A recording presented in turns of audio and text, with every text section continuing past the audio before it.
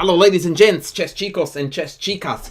Do you know the difference between an IM, a GM and a super GM when it comes to the skills they possess? I'm pretty sure you do, but nonetheless I'm going to highlight to you one that perhaps you didn't necessarily think about as one of the most important skills, and that is none other than the ability to recall a large number of games / classic games. And the reason why this is so important, despite the fact that it may occur to many as just a simply showing off of memorization skills, is because what it allows players to do is association, compare, contrast. If you think about imagine the following scenario. You have got a position in front of you that you have never seen before. You need to evaluate, assess, figure out what's going on.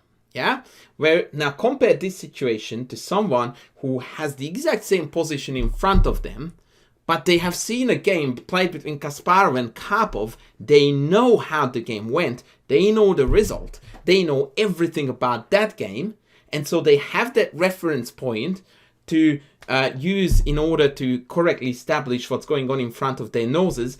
Those two scenarios are so vastly separated, it almost feels like it's an unfair clash between being completely in the dark versus being helped by immense amount of information. Now what you will find that no matter where you are on the rating ladder, if you shoot up 500 points, so you look at someone who is significantly higher than you, almost certainly I can guarantee you that one of the biggest differences between you and that guy up here is that that guy there has got a far greater recall of famous positions, famous games, and can use them as reference points to evaluate excuse me, certain positions, structures, ideas, and so on. And to put it very bluntly, this is no die classics for you justified or explained why it is so important, because knowing classic games that featured very famous attacks, setups, plans, whatever, the ability to recall them and to put them in context for your own games is going to make a ginormous difference. And this is why I started this series, not for the sake of, showing off my or other people's knowledge of, oh, wow, they know chess history inside out. That is perfectly relevant. The relevant part of it is that you know it and you then have the ability to utilize, to exploit that knowledge and put it to the use. And that is going to be the slightly long-winded introduction to my video today, where you are actually going to see me as the coach and one of my students, and you will see the difference between the two in the sense that we will approach a position where I immediately click, he hasn't seen that game before, and that immediately leads to different decisions in the game. So without further ado, now we are going to jump into the lesson and we will see how helpful it is to know die classics. We went with this, which is okay. Now give me quickly your candidates, mate.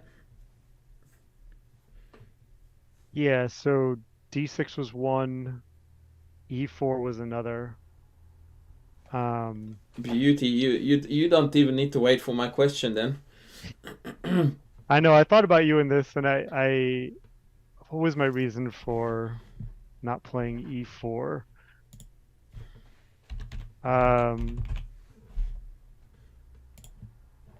Oh man, this doesn't sound good as I say it now, because it was...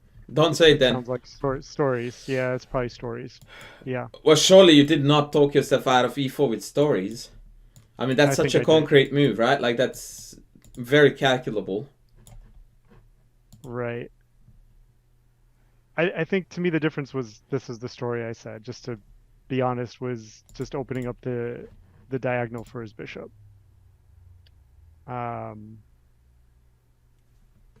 mean, if you tell me how that's gonna be relevant, like, okay, let's go here. Like, what's happening with that bishop?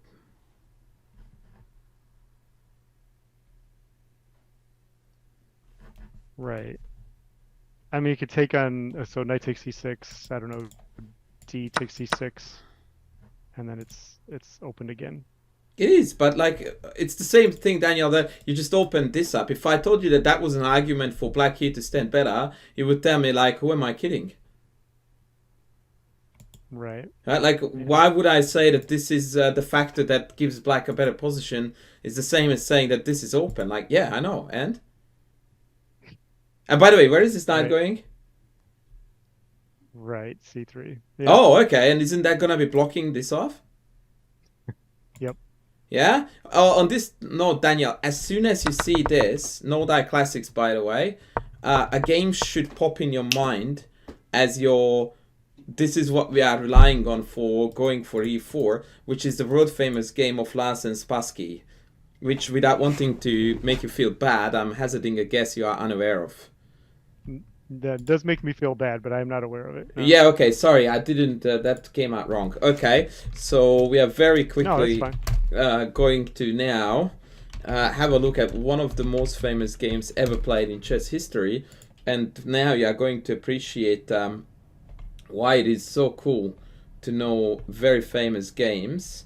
I am copying it over because No Die Classics is the way to go. This might make it a very unique No Die Classics on my channel. Where is my analysis board? Here is my analysis board. So, the very famous Larsen and Spassky. Here you go. And we are talking about the world champion versus a former world number 3, yeah? Right, right. See the analogy? Yep. So this is why it's awesome to know classical games, because even if you are unsure about certain things, you go like, huh, I've seen a similar stuff in Larsen and Spassky, where, tada! That's funny. It played out exactly as... Yeah. This is why you need to know die classics and look at the absolute carnage and also the vastly relevant thing. And in fact, as you can already see, the D file, which I brought up as a ridiculously stupid counter-argument, has become actually a more relevant feature of the position than the bishop on b2. Yeah. And White is already stuck here really, really badly. He played f4, trying to gain some space on the king's side, obviously en passant being impossible due to queen f5. But this is that allowed Spassky to unleash like an absolute beast. All kinds of sacrifices are already threatened. h5. And now comes the absolutely legendary finish. h4. Takes, takes, and now another absolutely legendary move. Rook h1. That is one of the greatest moves of chess history. And the idea is simply to play g2 with the tempo, allowing the queen to come to h4. Take was played, g2 was played, rook f1 was played. So the idea is that rook g1 loses to queen here. And then after king here we have queen h1. Nice. Or even if you want to be very sadistic, queen h2, and after rook g2 you go check. And it's mate next. So hence rook f1 was needed, but now after queen check, king d1, bishop takes, and then bishop g4, it's mate again. Wow. So takes, bishop g4, bishop e2, and Matutsky. And that, my friend, was the famous Larsen and Spassky. So now when we see this, you just go like, hello? If they take and they play c4, you are move by move in Larsen and Spassky. Alright, moving on. So we played d6, obviously, yeah. And by the way, when you are arguing bishop's diagonals, so how is this guy feeling about d6? Yeah, I knew that that was the consequence to it. I didn't like it. Yeah. Yeah. So we talked ourselves into, again, something that we didn't even like, hey? Alright, now let's go on, because this is where it gets interesting, though. So h3, complete lemon.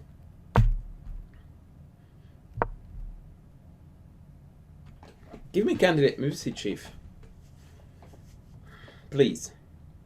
Okay.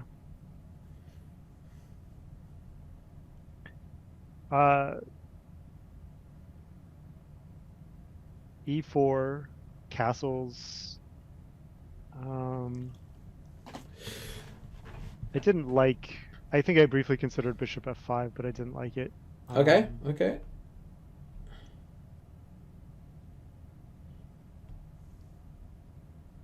I think I even considered d5 as well. Okay, so you named 3 moves, Daniel. Mm-hmm. E4, d5, and castles. All we need to do now is to pick. Right. Which I will let you do the honors. By the way, were they your candidate moves during the game?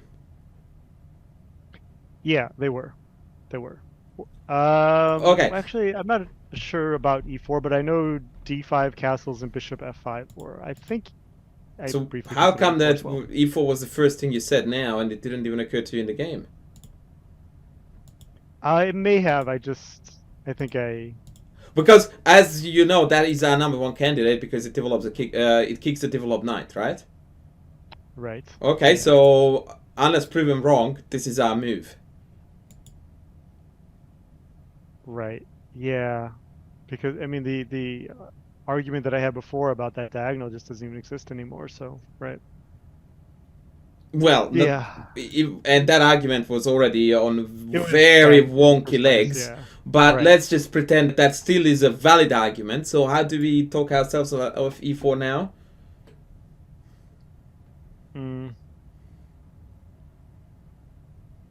I don't know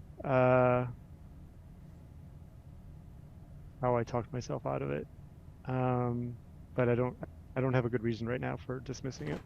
It's no-brainer, right? Like e4. Yeah. And best of times they need to play knight d4, which you capture ed4, and then white is not exactly looking great. Right. Yeah. Okay, so that's insta, like e4, happy days. Right. Candidate number 2, d5. What's the story there?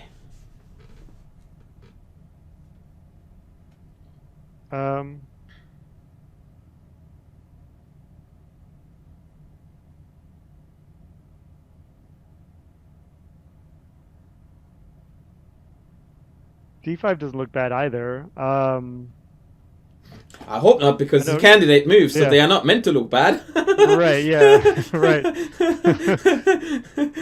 It's like rook b8. Well, that looks pretty awful. Yeah, I reckon. Hence, it's not a candidate. Right, right. Yeah, I don't have a great reason against it either. Especially, I mean, it seems like better control of the center, and it opens up my dark squared bishop. So, yeah, I don't know exactly what white would choose as its next move, but I don't see anything. Yeah, I would like to yeah. say something to what you just said, Daniel, because I really want you to acquire this mindset. d5 does do all the things you just said, but before all of that, d5 creates the threat of e4 as well as d4. It creates a bucket load of problems for white. So it's not about being pretty and opening this and getting more center. Yes, it's all that. But first and foremost, it creates instant, imminent threats. It puts on the pressure, which is what almost every single player on your rating range fails to A, do, and B, to appreciate. That this is not just like a pretty move. It's a move that annoys the heck out of your opponent because they have really, really good reasons to be worried about d4 as well as e4. And yes, it does gain center, and yes, it does open up the bishop. But it's predominantly a really annoying, threatening, aggressive move. Now, what I really want to figure out, Daniel, is that how can I turn you around on this so that you establishing e4 and d5 being the #1 candidates, and yet that's what happens. And bear with me, nothing wrong here. But we are missing opportunities here, which against good players are never returning ones. Right. Because I think, yeah. Yeah, now I have got a lot of ways to handle both of these issues. Hmm. Sorry, you were saying? Yeah, I think again, probably a story, but I think what I was telling myself was, okay, so first of all, I didn't appreciate the threats that D5 creates. That was definitely something I missed. But I think that was part of my reasoning because I missed that. I wasn't sure if E4 or D5. Um, I didn't know which would be better. I didn't know which way I wanted to go, and I knew that ultimately I would want to castle, so I decided to Yeah, that's begin with what that's yeah. not a healthy way to go about this, because you do this and then you'll figure out which one is better based on what they do. I would expect, by the way, Bishop B5 is by far the best move for white, when you even have to make another adjusting move. But once again, I'm loving life, man. I'm now doing what you just described as dominating the center, and then I can castle. By the way, I'm not in a hurry to castle here either, just to very quickly reflect on that. As a matter of fact, if I could Yeah. help it, I would like to castle here. Which is another reason why I am not excited about the prospects of this. Right. That was something the classic game that you showed with Spassky that, castled queenside, and I made me realize that was, worrying about that, unnecessarily worrying about that diagonal with the dark square bishop was because I was assuming that I was castling on that side too. That was part of my concern with it and opening it up. Yeah, even But then it's extremely vague, but I hear what you're saying. yeah, It's a very natural thing, Daniel, that again on your rating range and even way above, people overlook, despite me saying it about 7,000 times on YouTube. But then again, this is what you get for not watching me. That when you have got the central dominance and lead in development, almost always you naturally seek the castle queenside, because that move actually enhances both of those advantages by virtue of putting the rook on the d file right away into play, whereas castles does not do the same to you.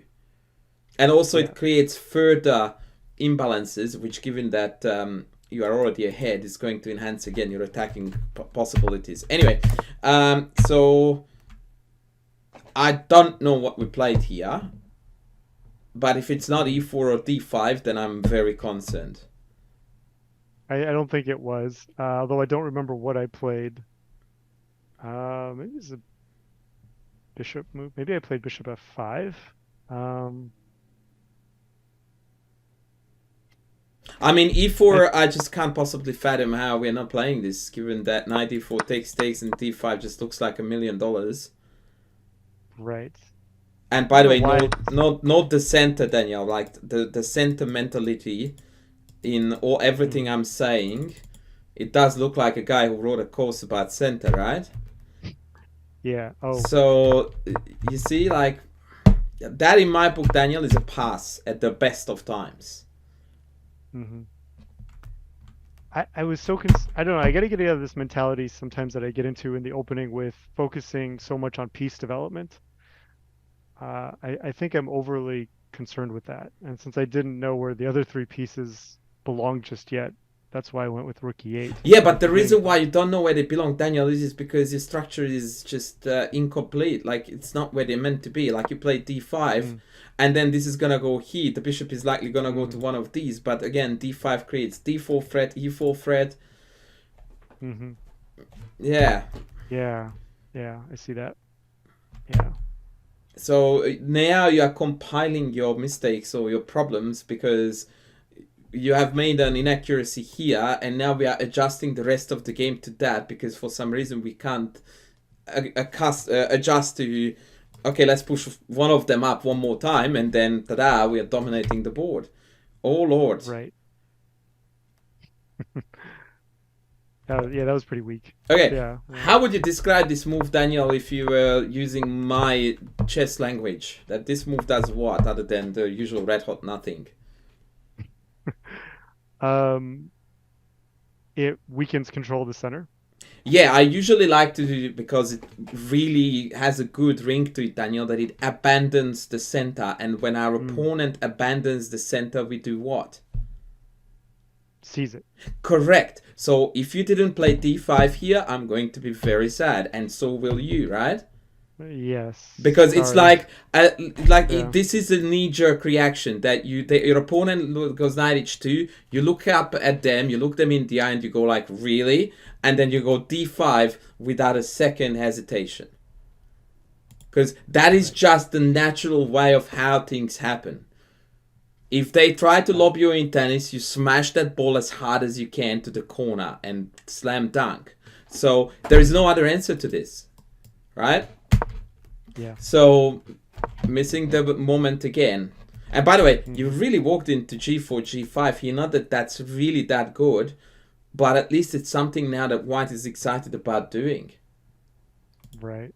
Yeah. And d5, d4 was just absolutely crushing.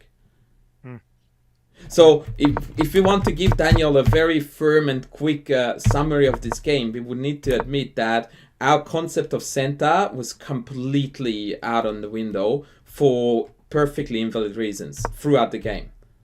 Yeah. Like e4 was not on, d5 was constantly missed, and as a result of that, we are not punishing a really, really lame and useless opening. Right. Right. And the irony is, and this is why this is so confronting, is because technically you are playing okay moves, which I described as pretty. Because that's what they are. Like, they tick the box off, yeah, develop, except we're failing to finish this game very, very quickly. And again, after g4 here, or even c4, I don't see why white is at least not equal. Well, let's not go crazy, but yeah, equal without too many hassles.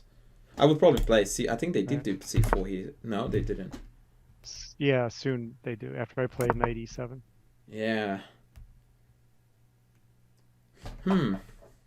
Okay. Yep.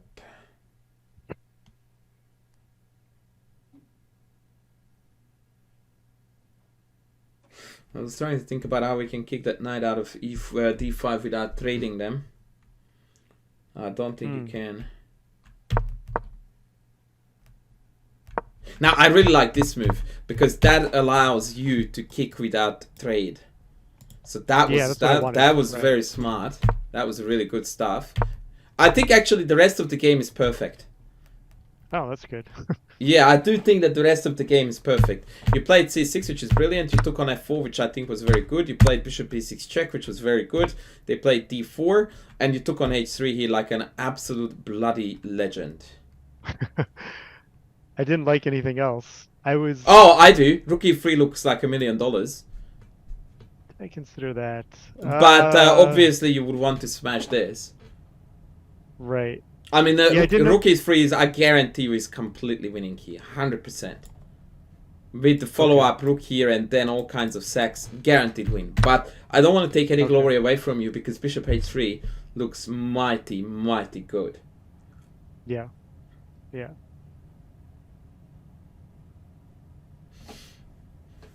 Okay, so if I take, which I think they did do, so if I play bishop g4 here, then did you want bishop takes d4?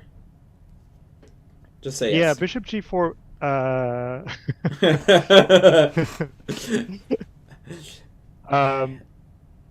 think I did see that as a possibility because bishop g4 was what I think that was the move I was trying to prepare against the most. Like I thought that might be his most likely move. And I did see that was that trade there. Okay.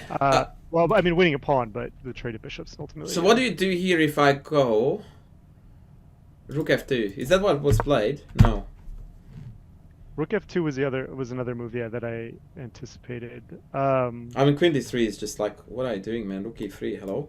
Yeah, that was. By the way, this is Daniel textbook of how awful usually people are on this level at defending, and this is what I have been telling you, that when you put the pressure on like this, invariably they are going to stuff up royally, because they become irrational. They just get absolutely rattled by sacrifices like this. I mean, I know that the analogy may sound a little bit silly here, but Tar turned it into an art that allowed him to become a world champion. By just continuously creating chaos on the board, disrespecting material, and playing for initiative, often verging on the completely unsound. But in the chaos, people became very irrational, and even nowadays when The engines taught us a lot about defense. On lower level, people just have no clue what to do. They panic, they freak out, and the storytelling, which don't you ever think is unique to you, oh no, my friend, most people do that. Storytelling is not going to get you out of messes like this. It's sheer brute force calculation that will prove this wrong or right. It's right, by the way. But even so, Rook F2 is a move you would calculate, right? Right. What was the intended response? I was looking at knight takes f4, and then if rook takes f4, queen g3 check. I like. Yeah.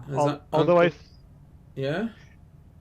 I think, what was I thinking about? So if knight takes f4, rook f2, knight takes f4, and then I don't know if rook h2 is good for white there, or at least keeps him alive, but that was the response after knight takes f4 that I was wondering if he went from... Yeah, good question there, Daniel, but queen e3 check is gonna net at least another pawn on d4 for you, with further threats on e2, c3, and so on. I was also looking at rook e3 here, which I think is extremely powerful with the idea of a check. Yeah, I think that was a possibility I was considering as well. Because the good old bringing more attackers in is a very powerful concept. Right. And I was thinking that if bishop f1, then rook check, and if bishop then I take on f4. Which is quite similar, in essence, to your line. And if rook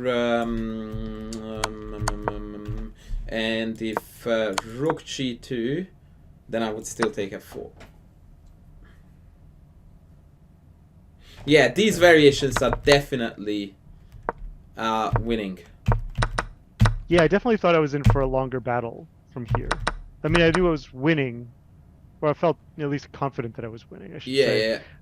But I felt like it was going to take some calculation to get it. Yeah, so good defense. Yeah. rook f3 is, I suppose, the best question I have. Okay. So what do we do there? Let's see. What did I think? 3.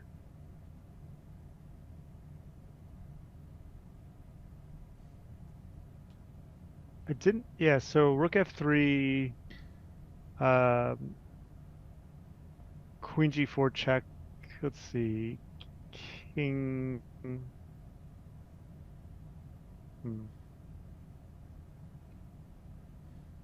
Potentially. I don't know whether it's... I'm going to say king f1. I would go h. H in the corner. Yeah. Definitely. Okay, so rook f3, queen g4 check, king h1. I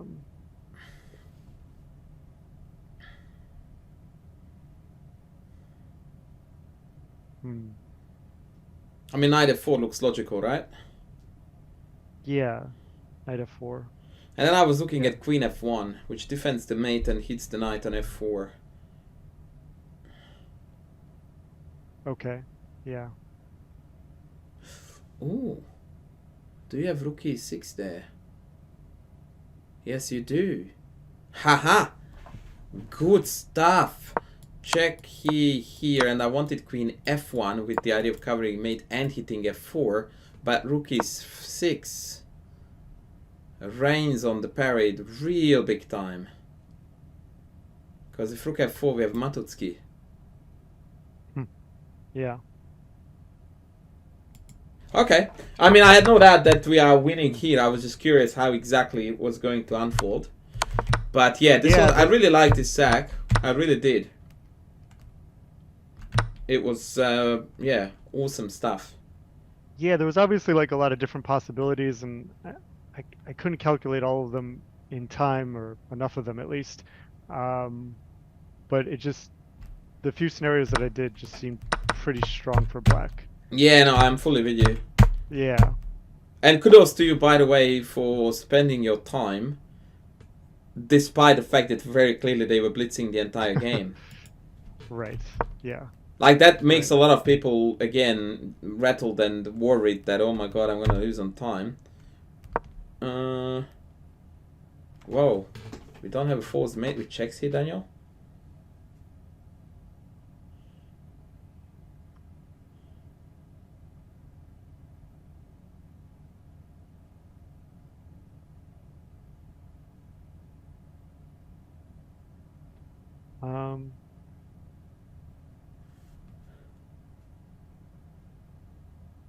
I find it... I mean, at the very least, Queen G3 check, King H1, Queen H4 check, King G2, Rook G3 check, King F2 creates a scenario where you can win a free queen with Rook D3. At the very least. I'm upset about me even saying those words because I'm still looking for the mate and I'm sure there is one. So I did look for it, yeah. So check here. Yeah, I mean, if you calculate, Daniel, only as far as queen check, king key, queen check on h4, king g102, doesn't matter, rook check, king f2, and you see that rook d3 wins a clean queen, like for nothing. You already go for this because you see the enormity of the potential that you have here, because like every rook check is a potential mate here. Yeah. And in fact, there is a mate here. Check here, and mate. Actually, stop that. No. Mate. Always with the pawn, right? If you can. Yeah, oh yeah, absolutely. So you are going to make with this game, Daniel, if it was played on .com, to Puzzle Rush. Because this is the textbook force mate from here. Absolute textbook. Yeah. And you need to see this maneuver is the key, that you go check here, so that when this check setup happens, the queen is not on h3 but h4, so that when the king goes here, when you release the discovered check, the king can't go to e1. Yeah, I see. Right, yeah, that was what I was trying to find, was a way for him to not run to e1. Actually, wait a tick though, because after rook check here, there's king e3, and now the king walks this way. Sheesh. I still don't see the false mate. Shame on me.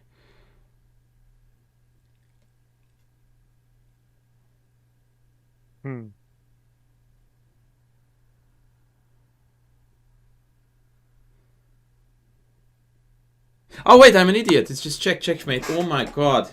Oh my god. It's made in 2. Jeez Louise. Okay. That's it, mate. Yeah. Yeah, so we had a force mate here. I mean, this position is just like, yeah, there's no way that there's no force mate here. Right. Or to be more precise, here. Yeah, it just required a little bit of shuffling around. Yeah, that's a bit meh, but okay. I mean, after this is mate anyway, right? Right. I mean, I didn't see how we could stop it from here. I would be so disappointed if this was a faster mate than what I showed you. Actually, I'm gonna check now just for funsies. Sure. Yeah, it's made in 7, so I beat you to it. Because here I get... Yeah, it's made in 5 here, see? Okay. Yeah, checks all the way, buddy. I got ya. I gotcha. You got it by 3 moves. Yeah.